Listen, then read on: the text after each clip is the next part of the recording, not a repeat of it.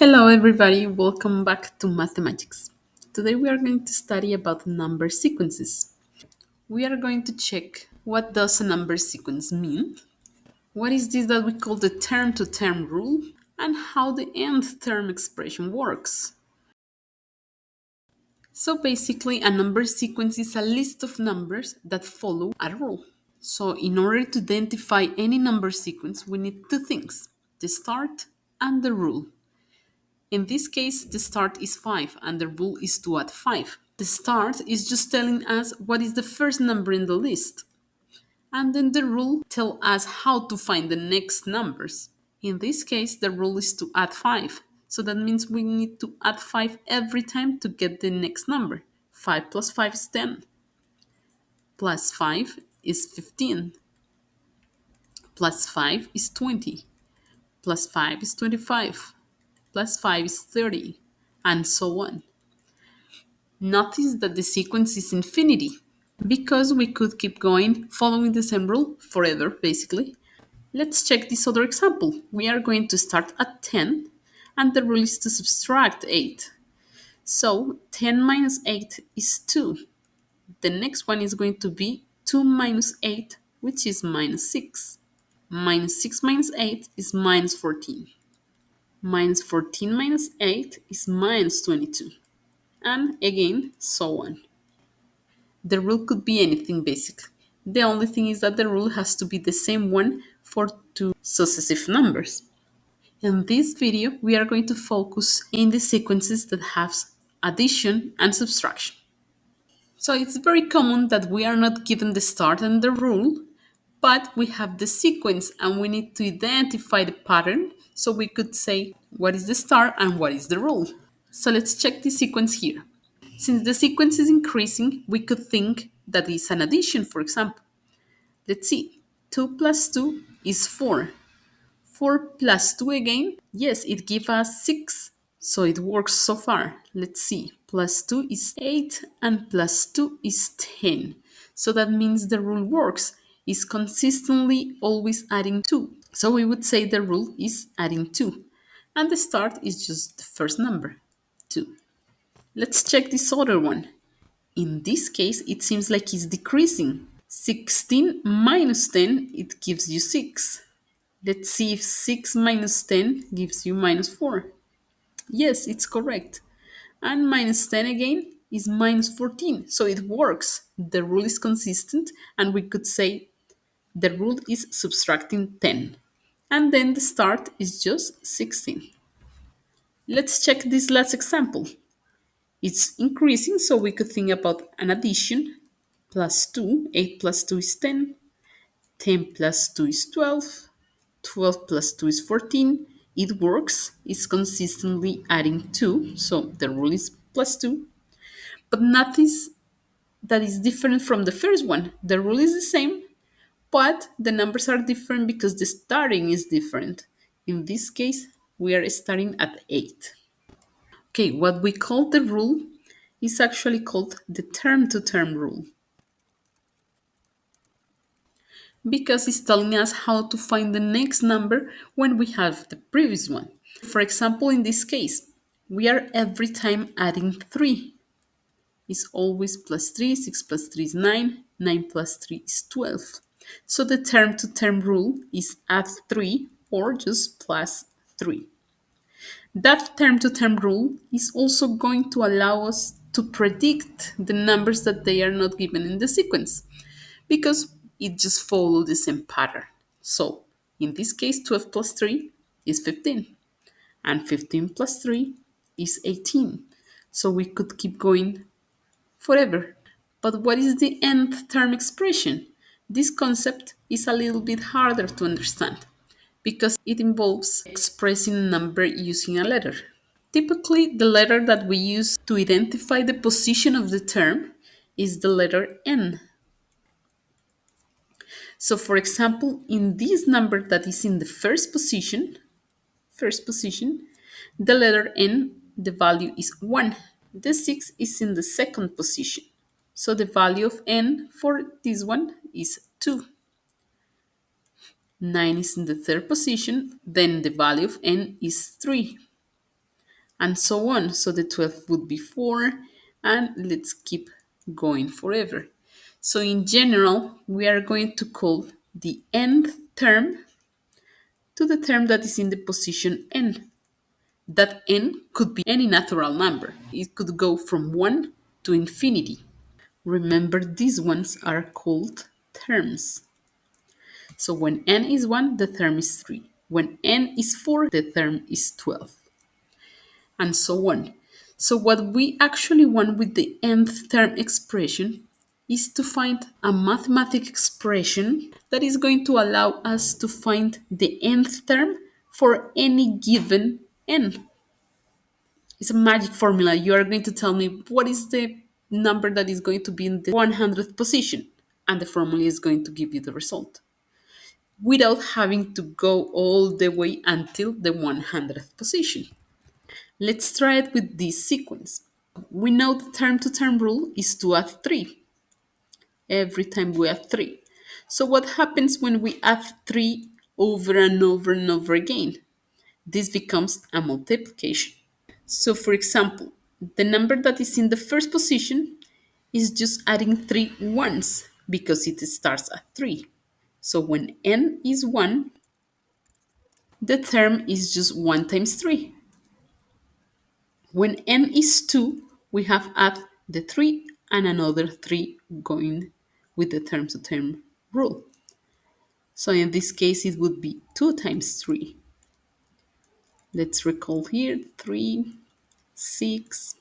When n is 3, then we have add 3 times the 3. So 3 times 3, which is 9. When n is 4, then we would have done 3 4 times. That is 12. And so on. So notice that doing the multiplication by 3 times the position is going to give you the value of any position. So we would say the nth term is going to be equals to 3 times n. Or if you want to see it, n times 3. Same thing, the order doesn't affect. So n is going to be the position and 3 is going to be the increment each time.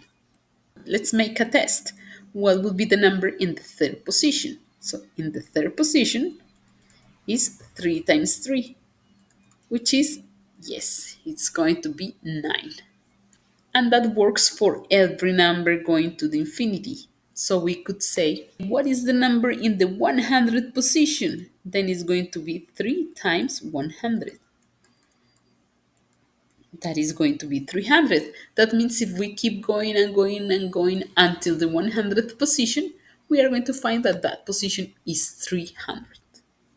But let's see what happens when the term to term rule is not the same as the first term.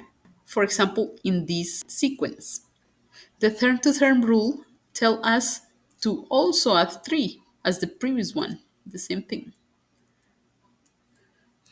This is the number in the first position, second, third, fourth, and etc. until the nth position.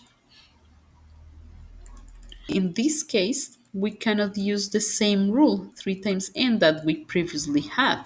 Let's test it. If we want the number in the fourth position, that will be 3 times 4, which is 12. But if we go to that position, we don't find 12. We find 14. So then what's going on?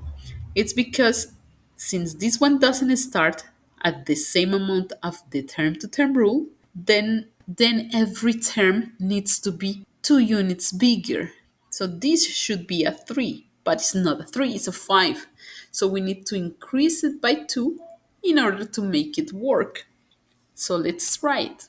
Let's see. The nth term would be 3 times n, but plus 2, because that's what we need every term to increase in order to be the same as the sequence. Let's try it for the third term. Third term, it would be 3 times 3 plus 2, which is 3 times 3 is 9 plus 2 is 11. We go to the sequence, and yes, that's what we find in the third place. So this is actually the rule that works in this case. We need to adjust using the first term, so every term is going to have the same adjustment. And then the expression is going to be helpful to find the nth term. So the nth in this case is 3 times n plus 2. Let's check some examples before the practice. The idea is to find the nth term expression.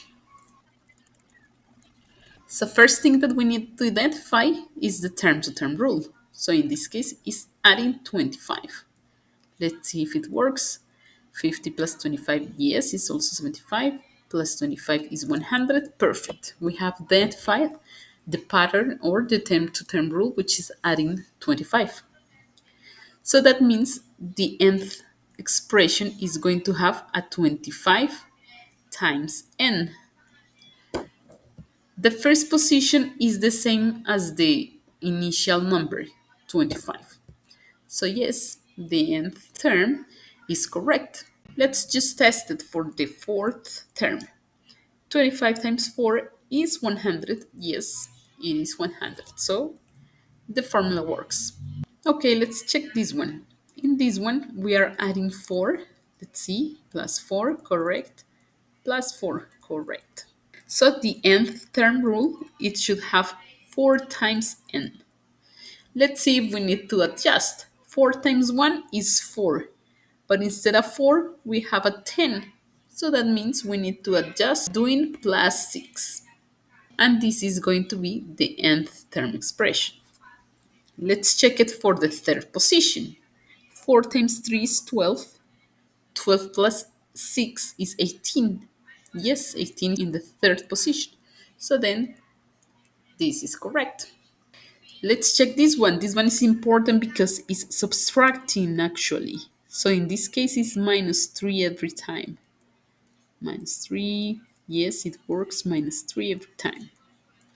So the nth term is going to have a minus 3 times n because every time it is decreasing by 3. Let's check the first one. Minus 3 times 1 is not minus 3, it's actually 8. So that means we need to add 11 because minus 3 plus 11 is going to give us the 8, which is in the first position. That's why we need to adjust with an 11. Let's check it for the fourth position. So when n is 4 is minus 3 times 4 plus 11. Minus 3 times 4 is minus 12. Minus 12 plus 11 is minus 1. Let's see what's in the fourth position. Yes, we have a minus 1. Then the formula or the expression works. Okay, guys, time for practice. So check these expressions that you have here and try to find the nth term expression. You can pause the video, try to solve it, and come back in a moment for the solution. Okay, let's check the solution. So the nth term in this case, the jump is 7 by 7. 7, 7 plus 7 every time. So it has to have a positive 7 times n. And the first one is also 7, so it doesn't need any adjustment. Just like that. The second one have a step of plus 8. Plus 8 every time. So the nth term, it should have 8 times n. Let's check what is the adjustment that we need to do. 8 times 1 is 8. 8 minus 28 is going to give us minus 20. So we need to subtract 28. And that is going to be the expression. And finally, this one. This one is subtracting by 10. Minus 10, correct? Minus 10 every time. So the nth term is going to be minus 10 times n. And let's check. Minus 10 times 1 is 7. So we need to add 17 because minus 10 plus 17 is 7. which is the first step. And that is going to be the expression. Okay, guys, hope it was useful. Don't forget to subscribe, book your own lessons with me if you want, and let me any question in the comments box. Bye bye, guys. See you next time.